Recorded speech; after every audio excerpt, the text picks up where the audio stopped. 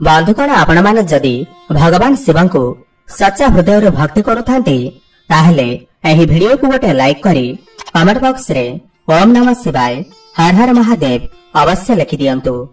आपण माने समस्त को महाशिवरात्रि उपलक्षे हार्दिक शुभेच्छा एवं शुभकामना। महाशिवरात्रि पावन पर्व रे पिंधि दियंतु निजर गळारे एही गछर चेरकू आपणकर भाग्य चमकी उठिबा। एही चेरकू पिंधिबा मात्रे आपणकू प्रचुर धनर प्राप्ति हेबा। भगवान भोलानाथଙ୍କ कृपारू जो भी व्यक्ति महाशिवरात्रि दिन एही गछर चेरकू धारण करि देई थाए सेही व्यक्ति को बिना पूजा पाठ रे ही समस्त फल प्राप्ति होई थाए। भगवान भोलानाथଙ୍କୁ एही गछर चेर अत्यंत प्रिय होई थाए। बंधुगण एही गछ जे आपण एही वीडियो रे देखुछंती आपण एही गछ को कोठी ना कोठी निश्चय देखिथिबे एवं अणदेखा मध्य करि देइथिबे। एमिति भी होई पारे जदि एही गछ आपणकर घर पाखरे थिबा तेबे आपण एहाको उपाड़ी के फोपाड़ी देइथिबे। बंधुगण एहा कोनोसी जंगली गछ नुहे बरम एहा एक एमिति गछ अटे जेउथिरे भगवान भोलानाथ भगवान शनिदेव एवं मां लक्ष्मीकर वास होई थाए। आपनको कहि देउछु एही गछर मूଳରେ मां गंगांकर भी वास होई थाए।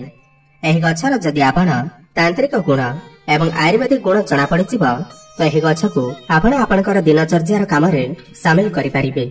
जदि आपण आपणकर जीवन रे गरीबी दरिद्रता कष्ट दुर्भाग्य कारणरू चिंतित थिले तेबे विश्वास करंतु एही गछर व्यवहार करी आपण समस्त समस्या मुक्ति पाई परिबे।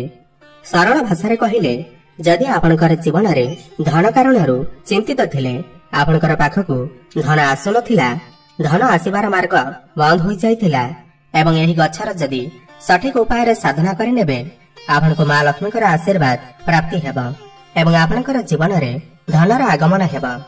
पैसा आपणकर पाखकू चुंबक परि आकर्षित होई आसीबा। जदि आपणकर शत्रु आपणकर विनाश करबाकू चाहूछि तेबे एही गछर जदि सठिक उपाय रे साधना करि नेबे भगवान शनिदेवଙ୍କୁ खुशी करि देबे आपणकर शत्रुंकर विनाश होई जिबा। जदि आपण आपणकर जीवन रे कोनोसी अन्य समस्या नै चिंतित थिले आपणकर भाग्य आपणकर साथ देउ नथिला तो आपणको एही गछर सठिक साधना करबाकू हेबा जहाद्वारा आपणको भगवान भोलानाथଙ୍କର आशीर्वाद प्राप्ति होई परिबा। विश्वास करंतु आपणकर जीवन रे काल भी आपणकर किछि भी क्षति करि परिबा नाही कारण कालर काल भगवान भोलानाथ जदि आपणकर ऊपर हाथ रखि देबे तेबे विश्वास करंतु केबे भी आपणकर किछि भी केही क्षति करि परिबे नाही। वीडियो आगो को बढ़िबा पूर्वरु जदि आपण भगवान शिवଙ୍କୁ सच्चा हृदय भक्ति करुथांती तेबे वीडियो को गोटे लाइक करंतु एवं कमेंट बॉक्स रे भक्तिर सहकारे ओम नमः शिवाय अवश्य लिखंतु कारण भगवान भोलानाथଙ୍କର आशीर्वाद आपणकर ऊपर सर्वदा बने रहू आपणकर केही किछि भी क्षति करि न पारु एवं वीडियो को लाइक करी तुरंत सब्सक्राइब करि दियंतु। जदि आपण हिंदू पुराण विषय रे गोटी गोटी करी तथ्य जानिबाकू चाहछंती आम चैनल रो गोटे उद्देश्य अटे जनहित एवं जन कल्याण। आमे लोकमानकर मंगल करिबा पई एमिति प्राचीन ज्ञान एवं पौराणिक कथा सर्वदा आनी थाउ। एही गछर केउ भागर प्रयोग केमिति करिबाकू हेबा एहा आपनको जानिबा बहुत जरूरी अटे जेउ विषय आज आमे एही वीडियो रे आपनको कहिबो। एही गछर दुईटी गुण रहिछि आयुर्वेदिक गुण एवं तांत्रिक गुण। आयुर्वेदिक गुण माने जदि आपण बड़ बड़ रोग पई चिंतित अछंती माने आपण लक्ष लक्ष टका खर्च करि सारिछंती आपनकर बीमारी रे एवं आपनको किछि भी फायदा मिलु नाही एही गछर आपण व्यवहार करि देखंतु सठिक उपाय रे विश्वास करंतु आपनकर बीमारी धीरे धीरे भलो होई जिबा। एथि पई एही गछर महत्व आयुर्वेद रे बहुत अधिक रही अछि।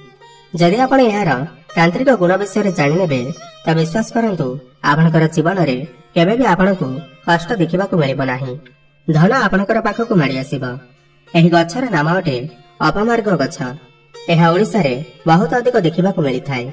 आपनकर एरिया रे एही गछ को केउ नाम रे जणा जाय हमको निश्चय कमेंट करि जणाइबे। एहा को अपमार्ग एथि पई कहा जाय काहेकि ना एहा ओलटा चली थाए। एही गछर बीज बा उपरि भाग ओलटा चली थाए। आपण अलगा गछलता देखिथिबे सेमानकर बीज जो रही थाए ताहा सीधा उठी थाए किंतु एही गछर बीज ओलटा उठी थाए। एथि पई आयुर्वेद भाषा रे एहा को अपमार्ग कहा जाय। एहार बीज जे ओलटा उठी थाए एहा हेउछि एही गछर सबटु बड़ खास महत्व। सर्वप्रथमे आपनको एहा कहिबी जदि आपण वास्तुशास्त्र वनस्पति ज्ञान ଅଧ୍ୟାୟ ନମ୍ବର 51 କୁ ଯିବେ ସେଠାରେ ଆପଣଙ୍କୁ ସଫା ସଫା ଦେଖିବାକୁ ମିଳିଯିବ। ଏହି ଗଛ ସନ୍ଥ ମହାତ୍ମା ମୁନି ଋଷିମାନେ ଏହାର ବ୍ୟବହାର କରୁଥିଲେ। ପୂର୍ବ କାଳରେ ଏହି ଗଛକୁ ଧର୍ମଶାସ୍ତ୍ରରେ ଏକ ଶୁଭ ଗଛ ମାନାଯାଏ କି ଏହି ଗଛର ବ୍ୟବହାର କରି ଆପଣ ଆପଣଙ୍କର ଶରୀରରେ ପ୍ରୋଟିନକୁ ପୂର୍ତ୍ତି କରିପାରିବେ। ପୂର୍ବ କାଳରେ ସନ୍ଥ ମହାତ୍ମା ମାନେ ଥିଲେ ଯେତେବେଳେ ସେ ମାସ ମାସ ଧରି ତପସ୍ୟାରେ ଲୀନ ରହୁଥିଲେ। ଭଗବାନଙ୍କର ଆରାଧନାରେ ସେମାନେ ଏହି ଗଛର ବୀଜର ଖେଚୁଡ଼ି ବନେଇ ଖାଉଥିଲେ, ଯାହାଫଳରେ ସେମାନଙ୍କୁ 10 ଦିନ ପର୍ଯ୍ୟନ୍ତ ଖାଇବାକୁ ପଡୁନଥିଲା। ଏହି ଗଛ ପ୍ରୋଟିନ ମାମଲାରେ ବହୁତ ସୁନ୍ଦର ଗଛ ଅଟେ। ଏଥିପାଇଁ ସନ୍ଥ ମହାତ୍ମା ମାନେ ଏହି ଗଛକୁ ନିଜ ପାଖରେ ନିଶ୍ଚୟ ରଖୁଥିଲେ। ଏହି ଗଛ ଏକ ଏମିତି ଗଛ ଅଟେ ଯାହା ଉପରେ ଅମୃତର କିଛି ବୁନ୍ଦା ପଡିଥିଲା। ଯେବେ ସମୁଦ୍ର ମନ୍ଥନ ହୋଇଥିଲା ଏବଂ ଯେବେ ଅମୃତ ଧରିତ୍ରକୁ ଆସିଥିଲା ତ ଅପମାର୍ଗ ଗଛ ଉପରେ କିଛି ବୁନ୍ଦା ଅମୃତ ପଡିଥିଲା, ଯେଉଁ କାରଣରୁ ଏହାର ମୂଳରେ ମା ଗଙ୍ଗାଙ୍କର ବାସ ହୋଇଥାଏ। ଯଦି ଆପଣ ପୁରୁଣା କାଳିଆ ଲୋକଙ୍କ ସହିତ ମିଶିବେ ତ ଆପଣ ଏହା ଜାଣିବାକୁ ପାଇବେ କି ପୂର୍ବ କାଳର ବ୍ୟକ୍ତି ଏହି ଗଛର ମୂଳର ବ୍ୟବହାର ନିଶ୍ଚିନ୍ତ କରୁଥିବେ। ସେମାନେ ଏହାର ମୂଳରେ ଦାନ୍ତ ଘଷୁଥିଲେ। ଯଦି ଆପଣଙ୍କର ମାଢିରେ ଦରଜ ଅନୁଭୂତ ହେଉଅଛି, ପାଏରିଆ ହୋଇଛି, ଦାନ୍ତ ହଳଦିଆ ପଡିଯାଇଛି ଏବଂ ଦାନ୍ତରେ ବ୍ୟାକ୍ଟେରିଆ ଜମି ଯାଇଛନ୍ତି, ଏଥିପାଇଁ ଏହି ଗଛ ଆପଣଙ୍କ ପାଇଁ ରାମବାଣ ଉପାୟ ହୋଇପାରେ। ଏବେ ଆପଣଙ୍କୁ ପ୍ରଥମେ ଏହାର ଆୟୁର୍ବେଦିକ ଗୁଣ କହିବୁ, ତାପରେ ଏହାର ତାନ୍ତ୍ରିକ ଗୁଣ ଜଣାଇବୁ। ସେଥିପାଇଁ ଏହି ଭିଡିଓକୁ ଶେଷ ଯାଏ ନିହାତି ଦେଖନ୍ତୁ। ସବୁଠୁ ପ୍ରଥମ ଆୟୁର୍ବେଦିକ ଗୁଣ ଏହା ଅଟେ କି ଯଦି ଆପଣଙ୍କର ଦାନ୍ତରେ ବ୍ୟାକ୍ଟେରିଆ ଜମି ଯାଇଛନ୍ତି ବା ପୋକ କାଟିଛି ଏବଂ ଆପଣ ମେଡିସିନ ଖାଇକି ବି ଫାଇଦା ମିଳୁନାହିଁ, ତେବେ ଆପଣ ଏହି ଗଛର ମୂଳ ବା ଚେରରେ ଯଦି ଆପଣ 15 ଦିନ ପର୍ଯ୍ୟନ୍ତ ଦାନ୍ତ ଘଷିଦେବେ, ଦେଖିବେ ଆପଣଙ୍କର ପୋକ ଦାନ୍ତ ଭଳି ସମସ୍ୟା ତୁରନ୍ତ ଠିକ ହୋଇଯିବ। ମାନି ନିଅନ୍ତୁ ଆପଣଙ୍କର ମାଢିରେ ବହୁତ ଅଧିକ ଦରଜ ଅନୁଭୂତ ହେଉଅଛି, ଆପଣ ଚିନ୍ତାରେ ଅଛନ୍ତି। ଏହି ଗଛର ମୂଳରେ ଆପଣ 1 ମାସ ଦାନ୍ତ ଘଷି ଦିଅନ୍ତୁ। ଆପଣଙ୍କର ମାଢିରେ ଯେଉଁ କଷ୍ଟ ହେଉଥିବ ତାହା ତୁରନ୍ତ ଭଲ ହୋଇଯିବ। ତୃତୀୟରେ, ଆପଣଙ୍କର ଦାନ୍ତ ହଳଦିଆ ପଡିଗଲାଣି, କୁହାଯାଏ ଅପମାର୍ଗ ଗଛର ମୂଳରେ ଦାନ୍ତ ଘଷିଲେ ଆପଣଙ୍କର ଦାନ୍ତ ମୋତି ଭଳି ଚମକିଥାଏ। ପୁରା 1 ମାସ ଘଷିବାକୁ ହେବ। କେତେ ଲୋକଙ୍କର ଆଣ୍ଠୁଗଣ୍ଠିରେ ଦରଜ ହୋଇଥାଏ, ବିନ୍ଧା ହୋଇଥାଏ, ଯେଉଁଥିରେ ଲୋକମାନେ କେତେ ପ୍ରକାରର ମେଡିସିନ ଖାଇଥାନ୍ତି, ଲକ୍ଷ ଲକ୍ଷ ଟଙ୍କା ଖର୍ଚ୍ଚ କରିଦେଇଥାନ୍ତି, କିନ୍ତୁ କିଛି ଫଳ ମିଳିନଥାଏ। ତେବେ ଏହି ଗଛକୁ ନେଇ ଆସନ୍ତୁ। ଏହାର ମୂଳକୁ ଆପଣ ଖରାରେ ଶୁଖେଇ ଦିଅନ୍ତୁ। ଏହାପରେ ଏହାକୁ ପାଉଡର ବନାନ୍ତୁ। ଏହି ପାଉଡରକୁ ସୋରିଷ ତେଲରେ ଗରମ ସୋରିଷ ତେଲରେ ମିଶେଇ ଆପଣଙ୍କର ଆଣ୍ଠୁଗଣ୍ଠି ଦରଜ ସ୍ଥାନରେ ମାଲିସ କରନ୍ତୁ। ଏହି ଉପାୟ ଯଦି ଆପଣ 2 ମାସ ଯାଏ କରିନେବେ, ତେବେ ବିଶ୍ୱାସ କରନ୍ତୁ ଆପଣଙ୍କୁ ବହୁତ ଭଲ ଫାଇଦା ମିଳିବ। ବନ୍ଧୁଗଣ, ଆୟୁର୍ବେଦରେ ଏହି ଗଛର ବହୁତ ଅଧିକ ମହତ୍ତ୍ୱ ରହିଅଛି। ଆମେ ଯେଉଁ ଉପାୟ ଆପଣଙ୍କୁ କହିଲୁ ଆପଣ ନିଶ୍ଚୟ ଆପଣାନ୍ତୁ। ବିଶ୍ୱାସ କରନ୍ତୁ ଆପଣଙ୍କୁ ଆଉ କେବେ ବି ମେଡିସିନ ଖାଇବାକୁ ପଡିବ ନାହିଁ। ଏବେ ଜାଣିବା ଏହି ଗଛର ତାନ୍ତ୍ରିକ ଗୁଣ ବିଷୟରେ। ଧ୍ୟାନ ପୂର୍ବକ ଶୁଣନ୍ତୁ। ସବୁଠୁ ପ୍ରଥମ ତାନ୍ତ୍ରିକ ଗୁଣ ଯାହା ଆପଣଙ୍କୁ କହିବାକୁ ଯାଉଛୁ, ବହୁତ ଧ୍ୟାନର ସହିତ ଶୁଣନ୍ତୁ।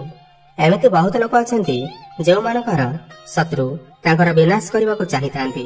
ସେମାନଙ୍କର ଶତ୍ରୁ ସର୍ବଦା ତାଙ୍କର କ୍ଷତି କରିବାକୁ ଚାହିଁଥାନ୍ତି ଏବଂ ଆପଣଙ୍କର ଶତ୍ରୁ ଯିଏ ଆପଣଙ୍କର ବ୍ୟାପାରକୁ ବର୍ବାଦ କରିବାକୁ ଚାହୁଁଛି, ଆପଣଙ୍କୁ ବର୍ବାଦ କରିବାକୁ ଚାହୁଁଛି, ତ ଆପଣଙ୍କୁ କେବଳ ଏତିକି କରିବାର ଅଛି କି ଏହି ଗଛର ଯେଉଁ ବୀଜ ଅଛି ତାହାକୁ ଛିଣ୍ଡେଇ ନେଇ ଆସନ୍ତୁ।